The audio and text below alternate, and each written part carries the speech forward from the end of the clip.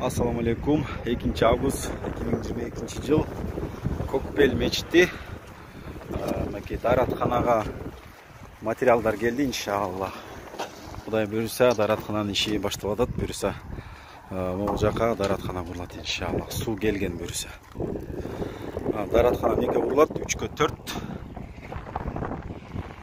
материал келді.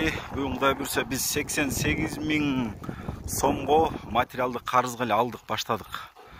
Білесіздер, август болып қалды уже, су түшіп кетеді, сондықтан біз қарызға алып ішті баштадық.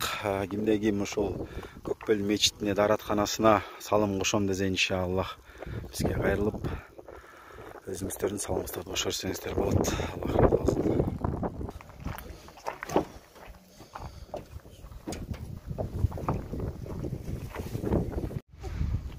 Hazır даратхананың материалын жартысын алып келдік. Где-то жартысы 88.000 болды да бұйырса. Дағы иншаллах, дағы ушундай бір портер, бір камаз дағы материал келет иншаллах.